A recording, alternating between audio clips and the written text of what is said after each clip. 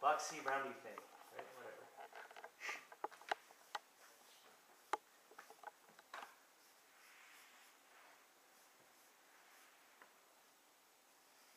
Sometimes I find it here, just whatever.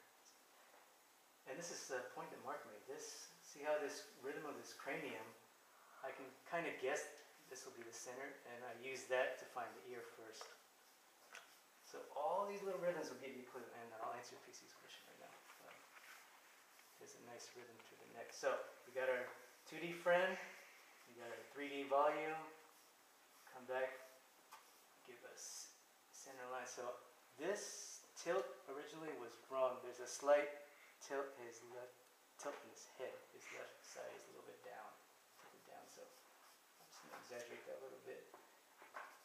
And remember, box front gives our perspective.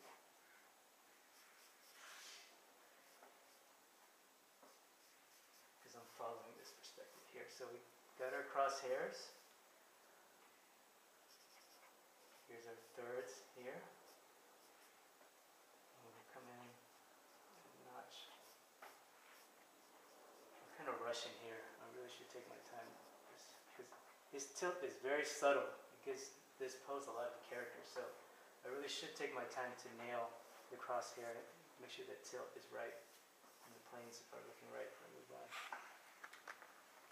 So, as we talk about these rhythms to the neck, the anchor, I'm skipping steps a little bit here. So, rhythm from the bottom of the chin to the pit, rhythm from sternocleidomastoid here, and the trap. So, now, let's talk a little bit about rhythms. This is a good place for that. Here's a common rhythm. It's kind of like the cutout for the eye socket. Sometimes you call it sunglasses, because it looks like a pair of sunglasses. There's one rhythm there. I'm just cutting out the eye socket and giving me my secondary plane, keeping in mind my primary planes front and side, still there. Now my nose, my mouth. Now here, if you bring the eye socket down, follow the top of the ear, this will give you the rhythm from the top of the ear, intersect the eye socket, down to the chin. This will give you the cheekbone. It also occurs here. Does that answer your question? Top of the ear, down. It's just rhythm. This is just an approximation. I'm barely even looking at it right now. I'm just kind of giving myself this guideline. So I know later on, if I had more time, I'll refine it.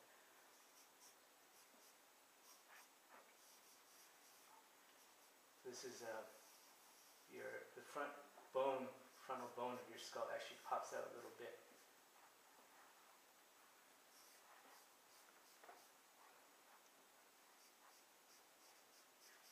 So we got our cheekbone here. Now, there's also a rhythm from the ball of the nose, where it ends.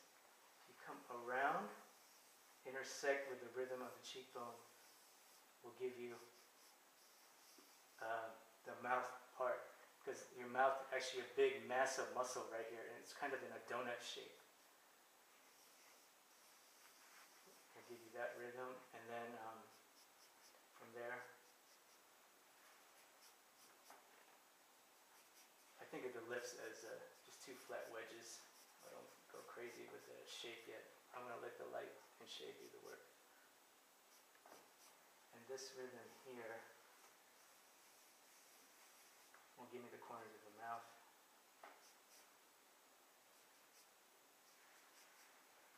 So I should spend some time looking at them actually, but kind of drawing from my head. Generally, when you get enough experience, you can go ahead, Dennis. You'll be able to pull from your memory and just use the model as reference.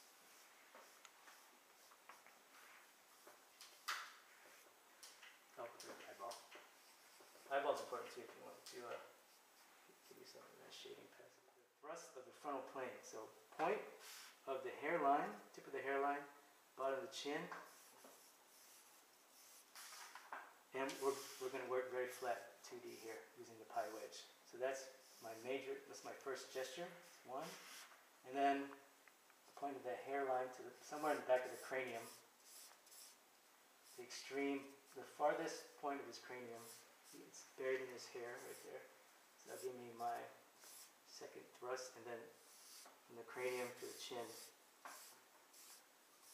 my third thrust.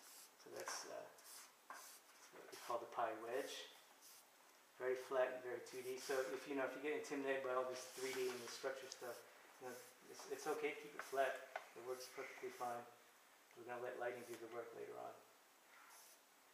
So once we get that, since it's a side view, you don't have to worry about the crosshairs too much. So I'm going to establish my thirds here. Brow ridge, bottom of the nose, the mouth.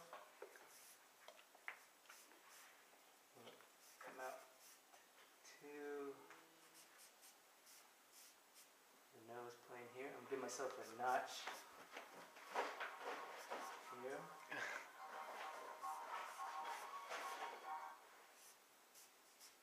The eye socket, the mouth part here. And here's that rhythm that we saw in this 3/4 view. I'm kind of estimating here. It's very obvious here.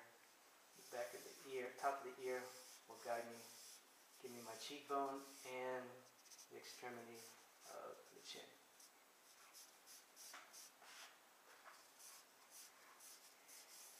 And here's my side plane. I'm going to further dissect it a bit here. And give him some more cranium. And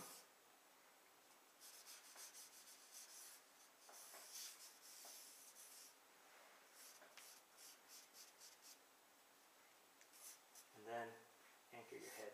Now this is from the side, you can see this rhythm pretty well. Bottom of the chin, pit of the neck. That's our major thrust. Sternomastoid here. This is the back of the trap. And then his top shoulder plane looks something like that. And then we can work our way down. So if it was just the head, we've got a little bit of time. I'm going to define eyeball here. So here, I'm not going to worry about light and shade. I'm just kind of going to refine and measure distances and widths. See if I can nail a lightness just by using line.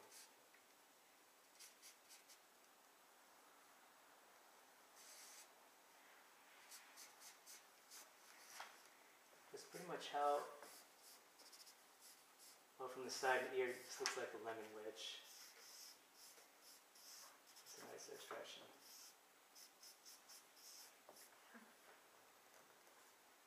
So good. And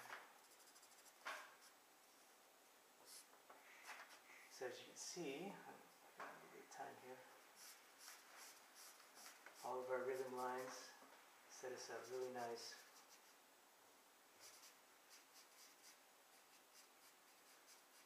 And obviously that's wrong. It doesn't take things very well.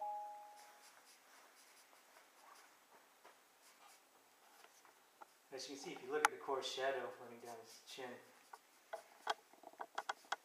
follows along the rhythm line, the cheekbone.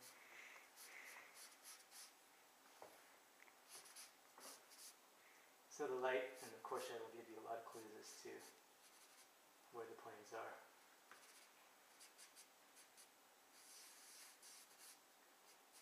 And remember, the mouth doesn't sit flat on the face, it protrudes out. I think it's a little bit flat. That's good, guys. Thank you.